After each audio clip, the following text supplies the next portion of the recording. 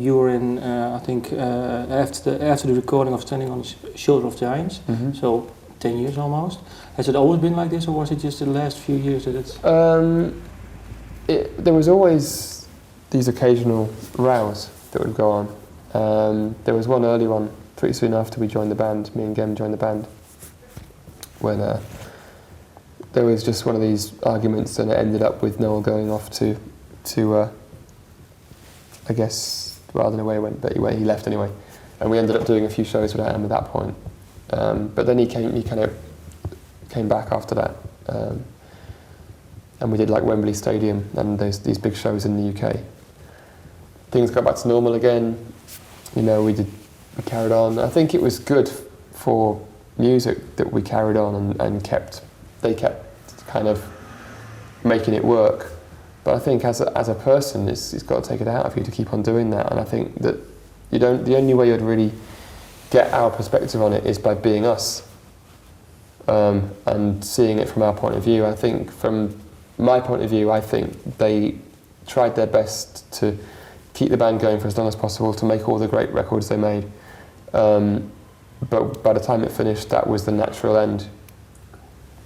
So. Do you? Wow. Do you still speak to Noel? I don't speak to him much, no. I mean, I don't hear from him that often. I wouldn't hear from him anyway between tours, even when I was in the band. I'd see him about the place, but does he feel a grudge against you because you are now with Liam, or is it something that it's... I hope not. You know, I hope he's just happy doing what he's doing. He's got his family, which is growing all the time, and you know, he's obviously got his solo career, which is, I expect, he's going to start at some point. Do you know what he thinks of this album? No. Okay, so it's just a question. Different gear, still speeding. All the songs, most of the songs were written by you and Jem and Liam. Sorry, Liam. How were the songs written? Is it each song differently written, or is it the same procedure? We started off. I mean, this started off very small scale. Started off in a very small studio room in London, with the three of us sitting there, with Gem kind of doing the technical stuff, and all of us playing instruments and singing, just to get these demos started. So, first thing that happened was that Liam brought in Beatles and Stones, which he had ready, or almost ready, and we just kind of finished it off, recorded it, then moved on to me. I brought in Millionaire. That was ready to go. That was the song that I was quite keen to use on the last album, so it was just there waiting. Then Gem brought in The Roller, which had been around for a while, and although we'd had the songs for a little while, we'd never really recorded them properly.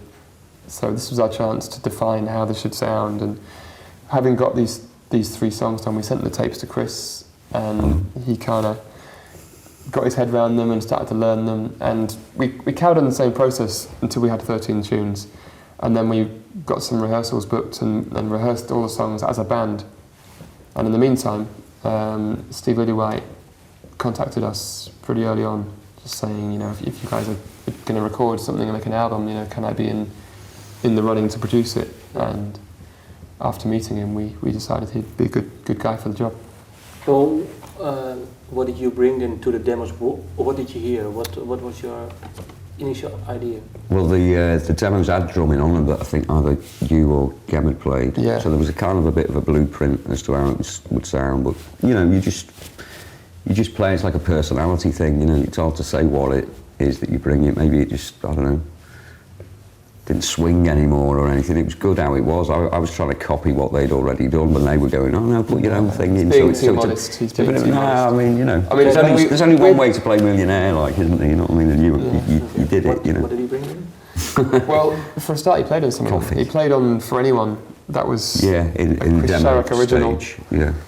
Drum-wise, and there's more than that. Surely he played on demo-wise. Bring the Light changed a lot with the drums, didn't it? Yeah. That was a bit of a moment. You know. Things like Millionaire had a sort of feel, so it had a feel, but we'd sort of get the feel right, and then we'd loop that. So there were a lot of looped drums on these demos that so obviously when Chris started playing it became a lot better and a lot looser and a lot more feel around it.